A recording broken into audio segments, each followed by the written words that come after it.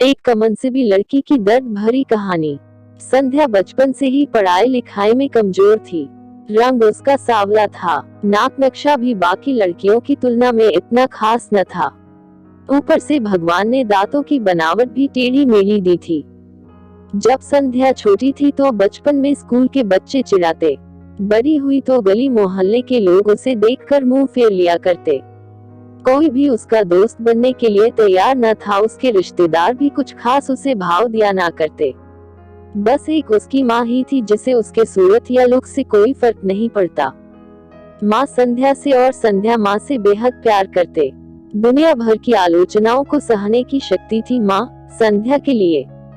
जब कोई उसे डफर बोल देता या जब कोई उसे बदसूरत बोल देता, जब संध्या को शादी के लिए देखने आए लोग उसे बिना पसंद किए लौट जाते, यहाँ तक कि जब खुद के पापा ही उसे मनहूस बोल देते, तब माँ ही तो थी जो उसे समझाती कि लोगों के बोलने से क्या होता है, तू तो मेरी प्यारी बेटी है।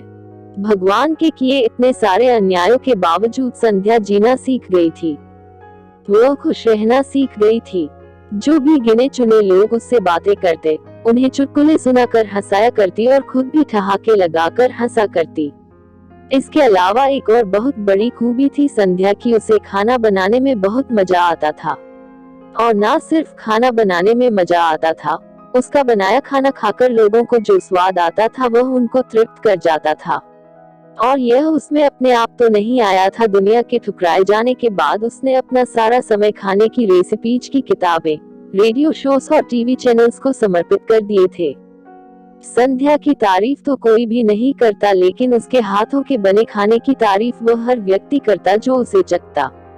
इस एक गुण की वजह से संध्या अपने आजू बाजू की औरतों में फेमस हो गई थी, क्योंकि जिसे भी खाना पकाना सीखना हो या कुछ नया पकवान बनाना सीखना हो तो वह संध्या के पास आती और संध्या भी खुशी खुशी उन्हें सब सिखाती। उसके पास आने वाली औरतें अच्छा खाना बनाना सीख जाती, लेकिन लाख कोशिश करने के बाद भी संध्या के हाथों का वह जादू जो सबको तृप्त कर जाता वह कोई ना सीख पाता। संध्या की जिंदगी इन्हीं उतार चढ़ावों के साथ कट रही थी। एक बार फिर से माँ बाप ने जी तोड़ कोशिश कर एक फैमिली को संध्या को देखने के लिए मना लिया था और अगले दिन लड़का संध्या को देखने आने वाला था। संध्या को इस बात की खबर होने पर वह दुखी और गुस्सा हो गई थी कि बिना उससे पूछे पता नहीं क्यों माँ बाप लड़कों को बुला लेते थे और उसका मजाक बना देते थे। माँ ने संध्या को समझाया था कि ऐसा ही होता है, कोई भी बेटी अपने माँ बाप के यहाँ हमेशा नहीं रहती, उसे एक दिन शादी करके जाना ही पड़ता है। अगले दिन संध्या सुबह सुबह ही लड़के वालों के आने से पहले ही सज संवर कर कहीं निकल गई थी। उस दिन लड़के वाले घर आकर माँ बाप को बहुत खरी खोटी सुनाकर गए थे।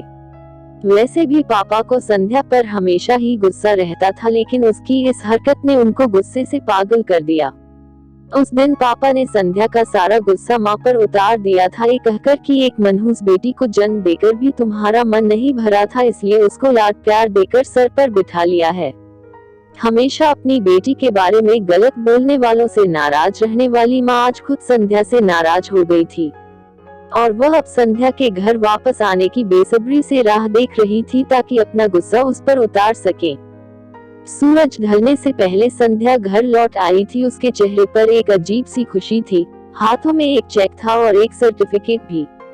संध्या माँ से कुछ कहना चाहती थी, लेकिन इससे पहले कि संध्या अपने मुंह से एक भी शब्द कह पाती, माँ ने उसे खरी खोटी सुनाना शुरू कर दिया।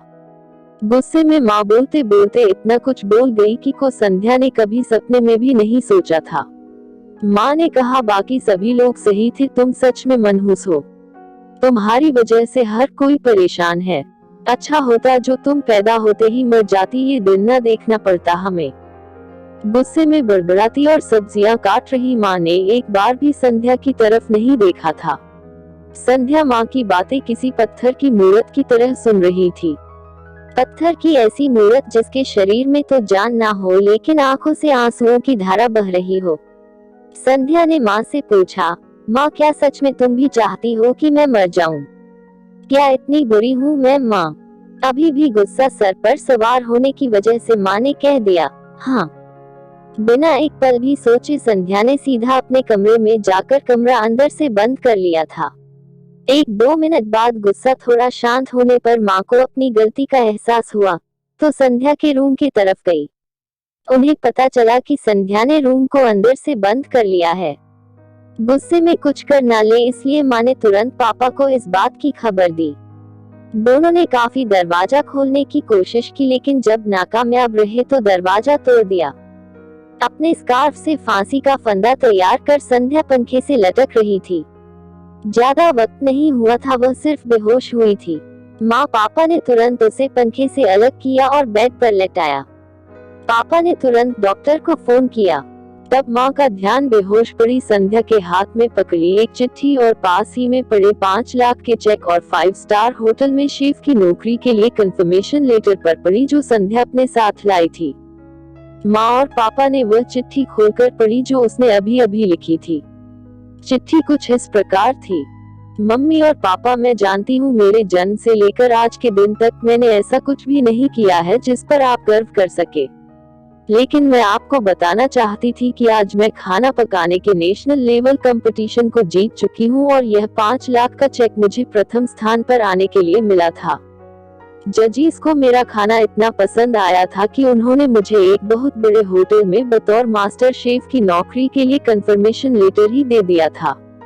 पूरी दुनिया मेरे खिलाफ है, मुझे इस बात का कभी भी फर्क पड़ा ही नहीं था और ना ही बाबूजी की कड़वी बातें मैंने अपने दिल पर ली थी, क्योंकि मैं जानती थी बाहर से सख्त दिखते मेरे बाबूजी अंदर से तो मुझे प्यार ही करते थे।